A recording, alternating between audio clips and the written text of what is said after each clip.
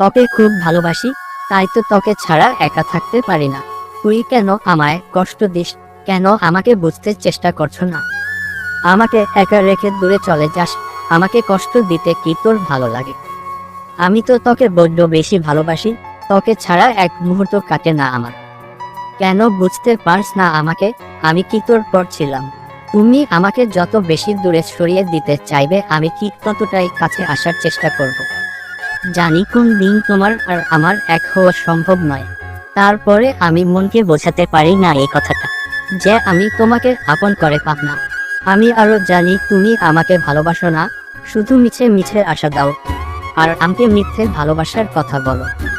হয়তো কোন দিন এভাবে হারিয়ে যাবে আমাকে একা করে দিয়ে, কারণ আবেগী ভালোবাসা বেশি দিন থাকবে না, এটাই নিয়ম।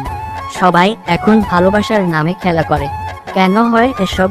যারা সত্যিকারের ভালোবাসে তাদের কপালে ওই বেশিরভাগ খারাপ মানুষগুলো জুটে, আর তার জন্য তাদের সারা জীবন কষ্ট পেয়ে যেতে হয়।